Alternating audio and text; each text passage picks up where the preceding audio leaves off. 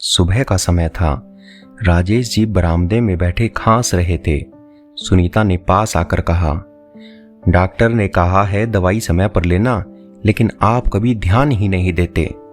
राजेश मुस्कुराकर बोले, अरे जब बच्चे पास नहीं हैं तो किसके लिए अपनी सेहत का ध्यान रखूं। सुनीता का दिल भर आया। वो जानती थी कि पति बच्चों को बहुत याद करते हैं। दिन गुजरते गए। प्रीति फोन पर हर शाम माँ से बात करती थी, माँ मैं अगले महीने छुट्टी में आ जाऊंगी, लेकिन छुट्टियां कभी नहीं आई। अमित तो महीनों से फोन भी बहुत कम करता था। बस पैसों का ट्रांसफर कर देता और कह देता, माँ पापा का ध्यान रखना, मुझे ऑफिस से टाइम नहीं मिलता। राजेश जी हर रात दरवाजे की ओर देखते, जैसे बेटा बेटी अभी घर आ जाएंगे।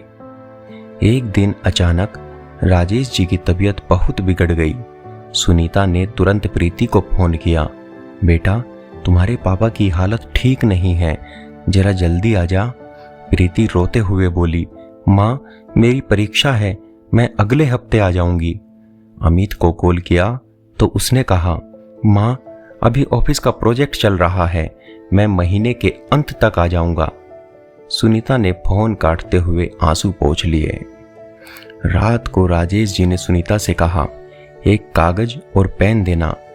उन्होंने कांपते हाथों से कुछ लिखा और लिखकर उसको एक लिफाफे में बंद कर दिया और कहा, ये मेरे बच्चों को देना। इतना कहकर राजेश जी की आंखें बंद हो गई और वो हमेशा के लिए सो गए। सुनीता ने अगले दिन बच्चों को खबर दी। दोनों भागते भागते घर पहुंचे, लेकिन तब तक बहुत देर हो चुकी थी। उनकी माँ ने टेबल पर रखा वो आखिरी खत दिया जो उनके पिताजी ने उनके लिए लिखा था। अमित ने खत पढ़ना शुरू किया। उसमें लिखा था, मेरे बच्चों, जब तुम यह खत पढ़ोगे शायद मैं तुम्हारे पास न रहूं। मुझे शिकायत नहीं है कि तुम पास नहीं थे, शिकायत बस इतनी है कि मेरी अंतिम इच्छा यही थी कि एक बार तुम दोनों को अपने पास बिठाकर हंसते हुए तुम्हारे साथ चाय पीऊं। बेटा, पैसों से ज्यादा माँ बाप को तुम्हारा समय चाहिए, और बेटी पढ़ाई जरूरी है, लेकिन माँ बाप का साथ उससे भी ज्यादा। अपना ख्याल रखना, और माँ का भी, उसको तुम्हारी अब ज्यादा जरूरत होगी। ये पढ़ते हुए अमित के आंसू बार बार उस कागज को भिगो रहे थे। अमित ने माँ से कहा, माँ हमने पापा को खो दिया, पर हम आपको अब कभी अकेला नहीं छोड़ेंगे। प्रीति माँ के गले लगकर रोते हुए बोली, काश मैंने अपनी परीक्षा छोड़ दी होती, पापा को आखिरी बार गले लगा पाती।